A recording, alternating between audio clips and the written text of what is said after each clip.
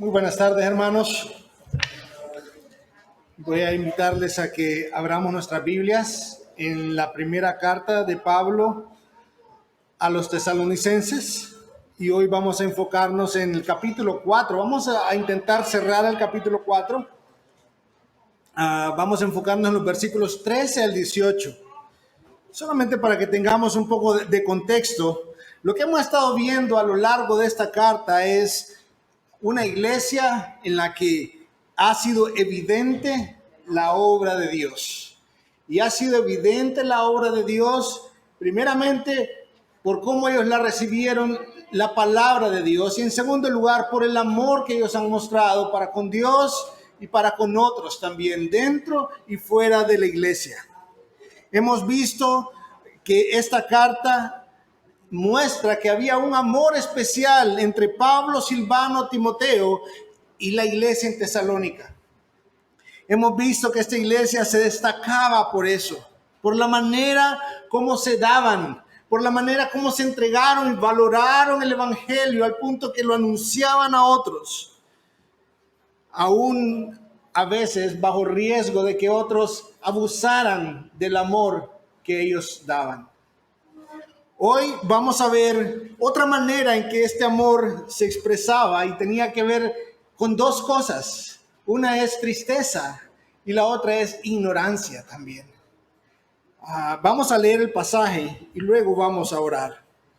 Primera Tesalonicenses capítulo 4 versículos 13 al 18. Pero no queremos, hermanos, que ignoréis acerca de los que duermen, para que no os entristezcáis como lo hacen los demás que no tienen esperanza. Porque si creemos que Jesús murió y resucitó, así también Dios traerá con él a los que durmieron en Jesús. Por lo cual os decimos esto por la palabra del Señor, que nosotros, los que estemos vivos y que permanezcamos hasta la venida del Señor, no precederemos a los que durmieron. Pues el Señor mismo descenderá del cielo con voz de mando, con voz de arcángel y con la trompeta de Dios, y los muertos en Cristo se levantarán primero. Entonces nosotros, los que estemos vivos y que permanezcamos, seremos arrebatados juntamente con ellos en las nubes al encuentro del Señor en el aire, y así estaremos con el Señor siempre. Por tanto, confortaos unos a otros con estas palabras. Hermanos, hoy tenemos un pasaje que ha sido muy popular en Honduras. Por lo menos para mí lo ha sido. Yo recuerdo desde mi infancia escuchar un montón de predicaciones acerca de este pasaje. De hecho, mucho más que de otros pasajes. Y es el pasaje que normalmente conocemos como el rapto, exactamente. El rapto. Y yo hoy quiero animarnos a que prestemos atención a las palabras que están en su Biblia. Y que antes que ir con una predisposición a la Biblia para meter en la Biblia lo que nosotros pensamos, que dejemos que lo que la Biblia dice corrija si hay algo que corregir en lo que nosotros pensamos. Y nos muestre el tipo de pasaje que es este. Que seguramente, como el mismo pasaje lo dice, no es un pasaje que ha de causar estrés en nuestras vidas, sino un pasaje que ha de traer paz a nuestras vidas. No es un pasaje en el cual nos va a hacer pensar que podemos depender de nuestra propia justicia para poder alcanzar algo de Dios, sino más bien confiar en la justicia de Dios, que a través de Cristo ha alcanzado algo para nosotros. Así que comencemos viendo, vamos a ver tres partes en este pasaje, para aquellos que les gustan los bosquejos, tres partes. Lo primero, el conocimiento que da esperanza. Segundo, los cimientos de esa esperanza. Y tercero, el resultado de esa esperanza. Versículo 13 nos dice, hablando del conocimiento que da esperanza, pero no queremos, hermanos, que ignoréis acerca de los que duermen, para que no os entristezcáis como lo hacen los demás que no tienen esperanza. Al parecer, según lo que estamos viendo acá, había incertidumbre, había tristeza entre los tesalonicenses al no saber qué sucedería con aquellos que murieron en Cristo. Pero esa tristeza no era el resultado de dudar del carácter de Dios. No era que estaban pensando, ay, ¿será que Dios va a ser fiel con ellos? No, el asunto, nos dice el pasaje, es, no queremos que ustedes ignoren. Por lo que estamos viendo, ustedes hay algo que no han entendido todavía y que necesitan entender. Y tiene que ver con aquellos que duermen. Cuando vemos esa palabra duermen, hay algo que sobresale ahí y es nuevamente ese amor. Y cuando vemos esa idea de tristeza por los que duermen, nos damos cuenta de que realmente el amor de los tesalonicenses no solo era para aquellos que miraban, había un amor que en su ignorancia provocaba tristeza por aquellos que ya no estaban. A los que Pablo muy amorosamente se refiere como, Pablo, Silvano y Timoteo se refieren como los que duermen. Los que duermen. Y dice, no queremos que ignoréis acerca de ellos.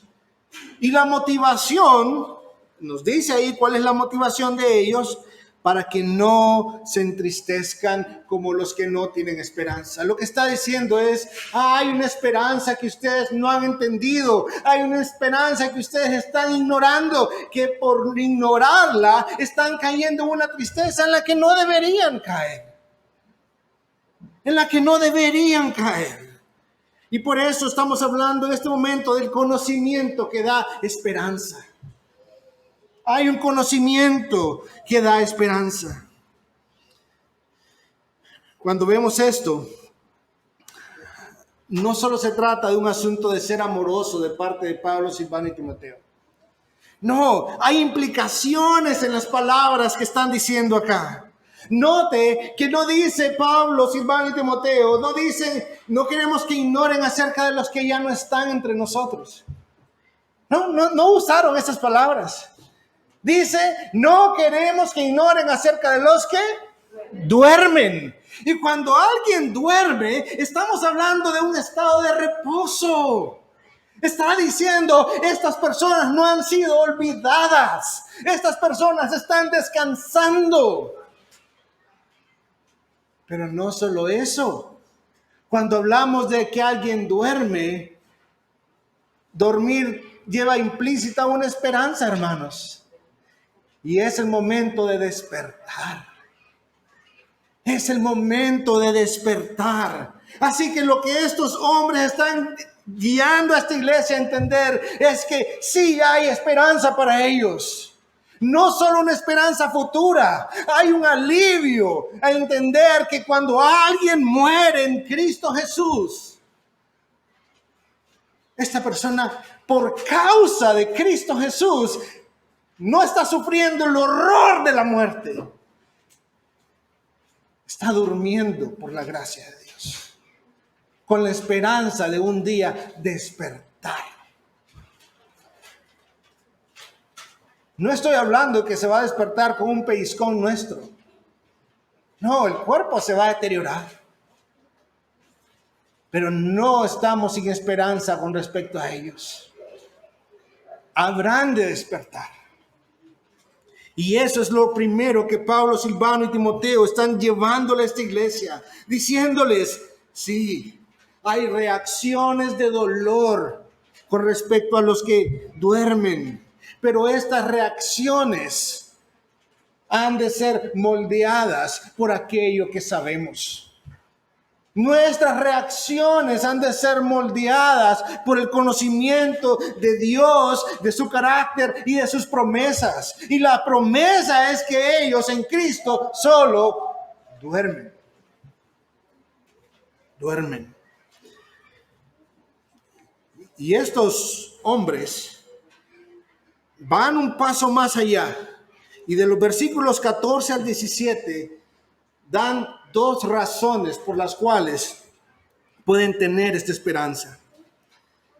Versículo 14 dice, porque si creemos que Jesús murió y resucitó, así también Dios traerá con él a los que durmieron en Jesús.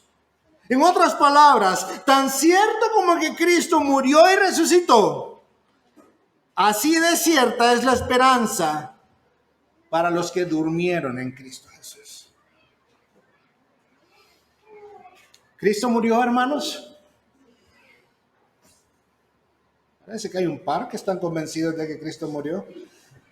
¿Qué tal de que Cristo resucitó? Amén, exactamente. Esa es la base de nuestra fe, hermanos. Sí, Cristo fue puesto en la cruz por Dios para pagar por nuestros pecados y resucitó al tercer día. Y ahora está a la diestra del Padre.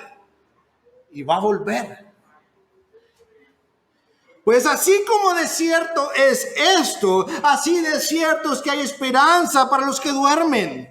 Sabemos que la Escritura nos dice que al morir nuestros cuerpos van a la tierra. Eclesiastés 3:20, si alguien toma nota.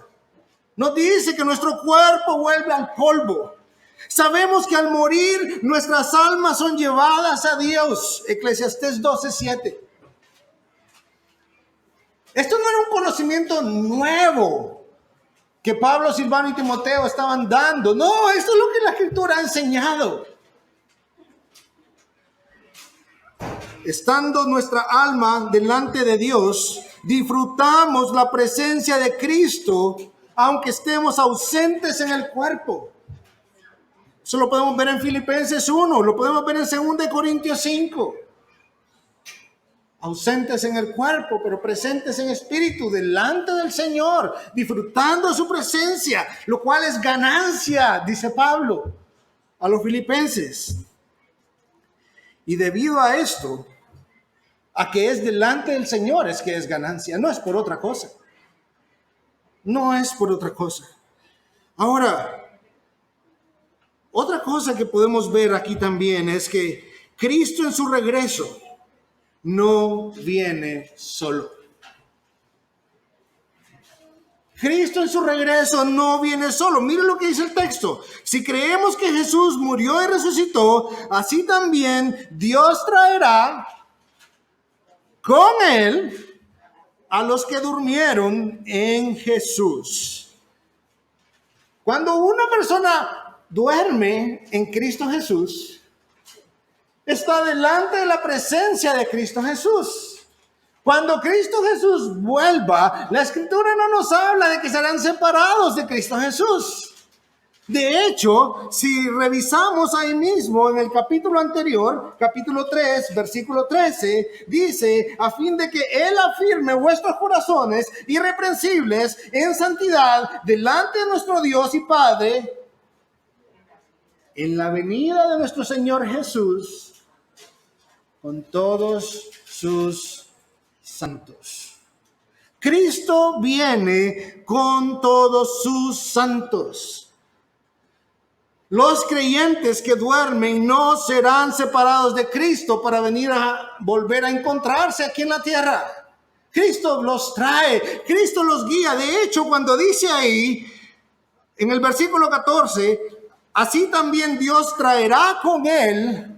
Esa palabra traerá puede traducirse también como guiará. Es Dios a través de Cristo guiando a los santos hacia la resurrección. Dice, así también Dios traerá con él, vienen con Cristo. ¿A quién? A los que durmieron. Y esa expresión, los que durmieron, dice ahí en nuestros textos, es en Jesús. Ahora, es necesario hacer una aclaración ahí, hermanos. Cuando dice en Jesús, no es la frase tradicional que dice en Jesús en nuestras Biblias. Realmente en el original dice por medio de Jesús. Nosotros pasamos de morir a dormir únicamente por medio de Jesús. Cristo Jesús es el agente por el cual cuando este cuerpo muere, realmente puede considerarse que solo duerme. Es por causa de Él. Nuestra esperanza es únicamente a través de Cristo Jesús. Solamente es por su obra que los horrores de la muerte que nos corresponden a nosotros, que Él tomó en la cruz, es que ahora pueden ser considerados como solamente dormir. Eso es gracia de Dios también. Eso es gracia de Dios también. Segunda razón, empieza en el versículo 15. Otra aclaración ahí en nuestros textos es probablemente que diga por lo cual. Lo que hay ahí es un porque. Entonces realmente es una segunda razón. Porque os decimos esto por la palabra del Señor, que nosotros los que estemos vivos y que permanezcamos hasta la venida del Señor, no precederemos a los que durmieron. En otras palabras, Pablo lo que está diciéndole a la iglesia en Tesalónica es: estos hermanos no van a ser olvidados. Estos hermanos no van a ser olvidados, por el contrario, ellos van a ser los primeros en participar del recibimiento de Cristo en su venida. Dejen de entristecerse ya, hay esperanza para ellos. Dios no los ha olvidado. Dios no va a ser infiel para con ellos. Y luego dice: por lo cual os decimos esto por palabra del Señor, que nosotros los que estemos vivos, note que los que estemos vivos estamos después de ellos.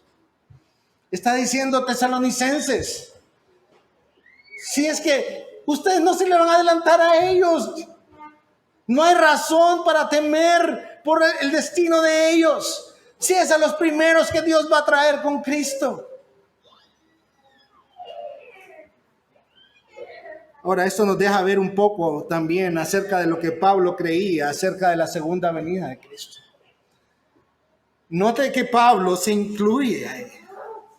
Note que para Pablo existía la posibilidad de que la venida de Cristo fuera mientras él vivía.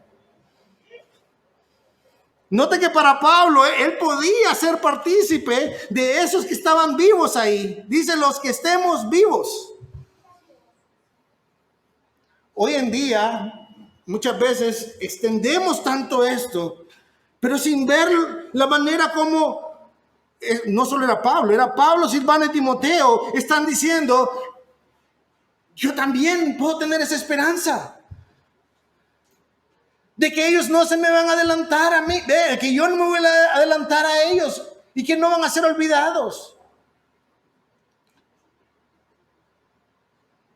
Porque es posible que el Señor venga mientras nosotros estemos aquí vivos. En otras palabras, en nuestros días esto nos afecta de muchas formas. Pensamos que el Señor va a tardar bastante todavía. No, falta mucho, pero un montón falta todavía. Y eso afecta la manera como vemos el Evangelio. Eso afecta la manera como vemos la iglesia. Eso afecta la manera como vemos la justicia de Dios incluso. Y vamos dejando todo para después, porque hay tiempo todavía. Hay tiempo todavía. Cuando lo que Pablo, Silvano y Timoteo están diciendo podría ser pronto. Podría ser ya.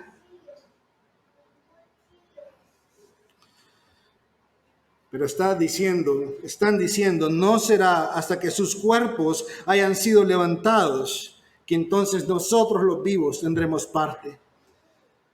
Pero debemos notar otra cosa, hermanos. No solo hacen referencia a ellos mismos como los vivos, sino que además agrega la descripción los que permanezcamos. Como dice Reina Valera, los que hayamos quedado. Literalmente esa palabra que permanezcamos o que hayamos quedado realmente va en contra de la cultura literaria, de las novelas escatológicas que hoy en día son famosas. La palabra ahí es los que hayamos sido dejados atrás. Pablo se considera parte. Pablo, Silvano y Timoteo se consideran parte de los que van a ser dejados atrás. Hoy en día, si pensamos en la literatura cristiana escatológica, hablar de los dejados atrás es hablar de inconversos. Pero no es lo que estamos viendo en la Escritura. Literalmente, cuando dice ahí los que hayamos quedado, está diciendo los últimos en la lista. De hecho, al inicio del capítulo, cuando dice finalmente, esa palabra que usa para finalmente está muy relacionada con esta palabra dejados atrás. Los últimos. Los últimos. Ahora, hermanos, ¿por qué dejados atrás? ¿Por qué dejados atrás los creyentes? Y hay varias razones. Tiempo no me va a ajustar. Pero hay varias razones. La primera podemos, si quieren tomar nota, la primera podríamos verlo en los discípulos pidiéndole una señal a Jesús acerca de su venida. En Mateo 24:13 ellos piden, ¿cuál será la señal de tu venida y de la consumación del siglo? ¿Y cuál es la respuesta de Jesús? Dice que la señal de su venida va a ser como en los días de Noé, cuando el diluvio se llevó a los que no estaban en el arca. Note que el diluvio no se llevó al arca. El diluvio se llevó a los que no estaban en el arca. ¿Quiénes fueron los dejados atrás? Los del arca. Jesús mismo después dando parábolas. En Mateo capítulo 13, él habla de la parábola del trigo y la cizaña. Y nos dice que cuando los obreros dicen, sacamos la cizaña, dicen, no, porque existe el riesgo de que ustedes quiten el trigo. Cuando los segadores sea su tiempo, los cuales son los ángeles, ellos van a sacar la cizaña dentro del trigo. ¿Qué va a ser dejado atrás? El trigo. No la cizaña. La cizaña es puesta en manojos y echada al fuego. Lo único que queda es el trigo. No solo eso, Jesús mismo en ese mismo capítulo, Mateo 13, versículos 47 al 50, hablando de la red barredera, habla de cómo esa red recoge todo tipo de peces y sacados, empiezan a sacar los peces malos de entre los buenos. ¿Cuáles son los peces que son dejados atrás? Los buenos. No los malos. No los malos. Y eso explica por qué Pablo se incluye dentro de ese grupo que dice, o que él llama los dejados atrás. Ya los creyentes han sido quitados, los no creyentes han sido quitados, ya los creyentes que dormían han sido resucitados. Solamente quedan aquellos creyentes que están vivos, los dejados atrás, los que permanecen, los que hayan quedado, según dice Reina Valera. Pues el Señor mismo, versículo 16, descenderá del cielo con voz de mando, con voz de arcángel y con trompeta de Dios, y los muertos en Cristo se levantarán primero.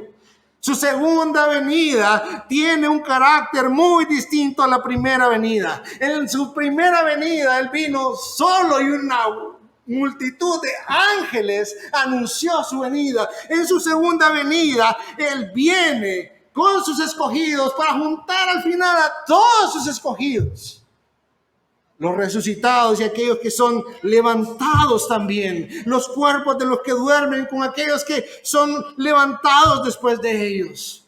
Pero si vemos y le prestamos atención, a diferencia de lo que comúnmente se dice, esto no va a ser un evento secreto. Esto no tiene nada de secreto. Con una voz de mando, dice ahí. ¿Desde cuándo las voces de mando, familia, son así como?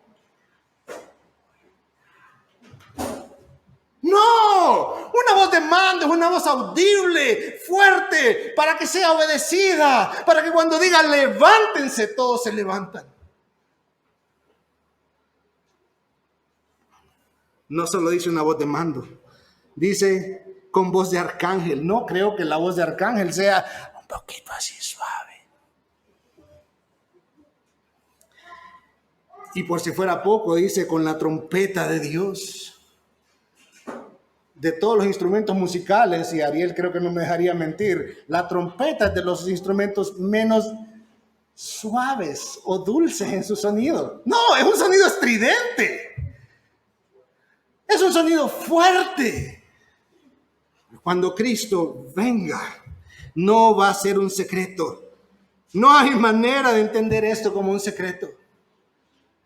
Es su regreso el que está hablando aquí, el momento de la conquista final sobre la muerte. Los cuerpos de aquellos que murieron en Cristo serán arrebatados por el poder suyo, serán arrebatados del poder de la muerte por el poder de Cristo.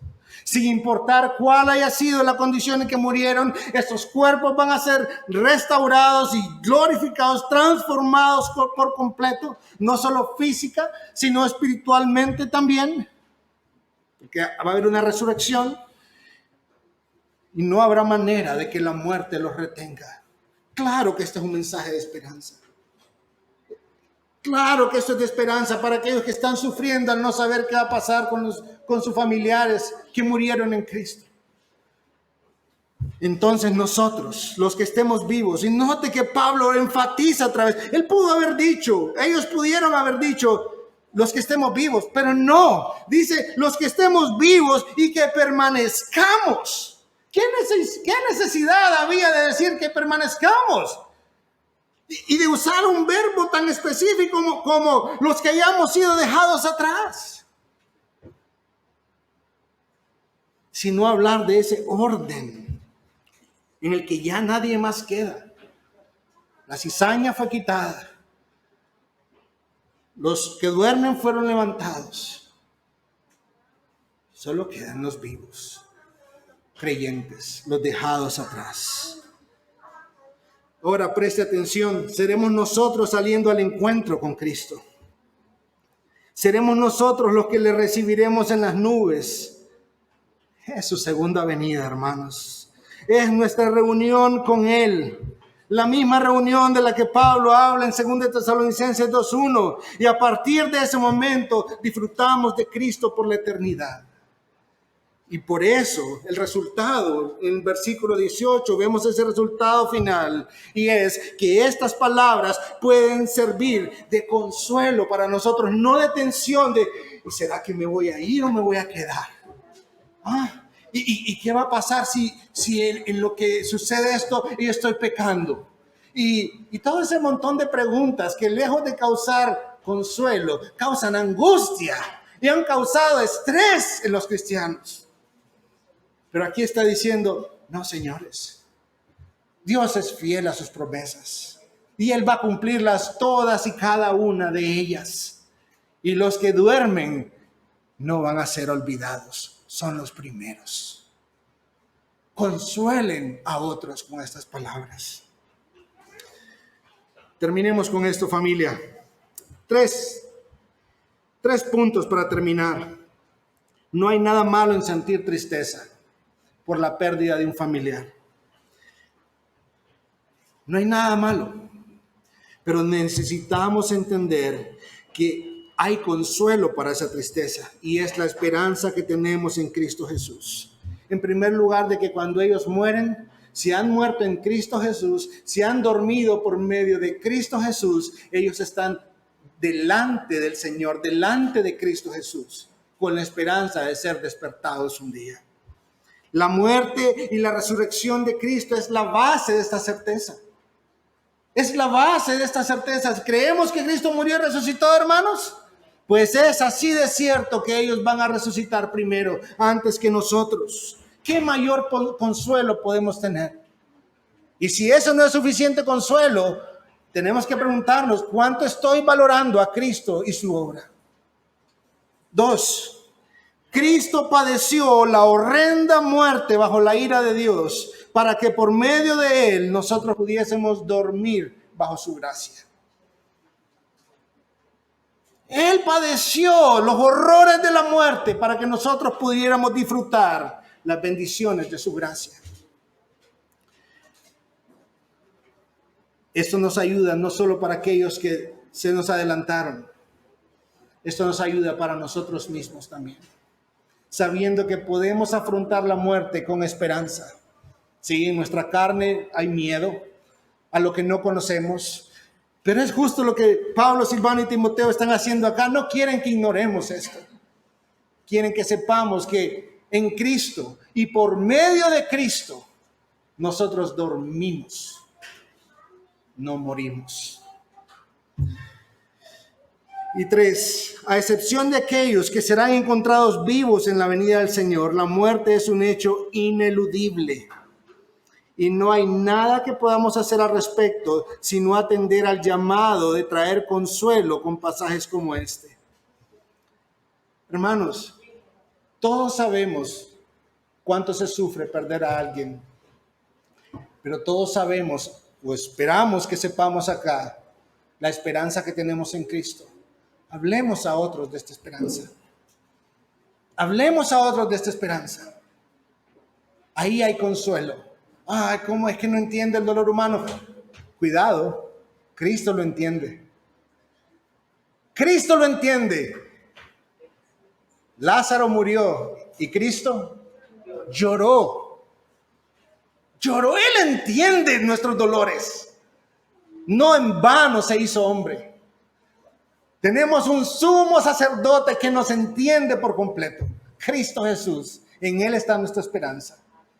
Acompáñeme a orar. Padre Celestial, gracias te damos, Señor, por la esperanza que tenemos, el consuelo que tenemos en Cristo Jesús. No solo con respecto a nosotros mismos, sino también con respecto a aquellos que a través de la obra que tú has hecho, a través de Cristo Jesús, duermen con la esperanza de ser despertados, pero ya descansando y disfrutando, Señor, de su gloriosa presencia. Ayúdanos a anhelar y a esperar cada día, Señor, la manifestación gloriosa de nuestro Señor Jesucristo, donde ya no más lucharemos con las tribulaciones y angustias de este mundo, con las distracciones de este mundo, sino que por fin podremos disfrutar a plenitud de tu nombre, de tu gloria. Te lo suplicamos en su nombre, el de Cristo Jesús. Amén y amén.